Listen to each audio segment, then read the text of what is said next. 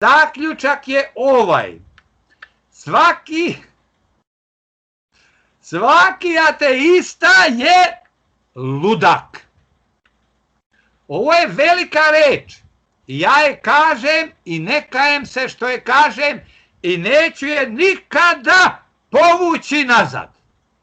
Znači, kogod kaže da nema Boga, imate posla sa teškim ludakom. Jer dokaza za postojanje Božije ima bezbroj.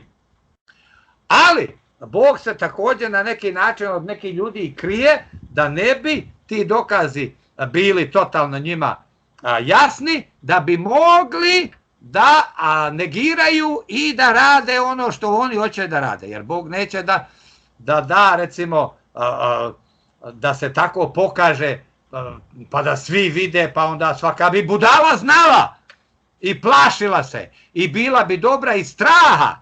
Nešto voli Boga, nešto želi da bude dobra osoba, nego iz straha od Boga, a to nije to. A dobar čovjek treba da bude dobar iz želje da bude dobar, iz odluke da bude dobar, a ne samo iz straha od Boga. Zato te dokazi nekad se ovako izgledaju kao da nisu jasni ovim ateistima. Međutim, ljudima koji veruju u Boga sve je jasno 100%.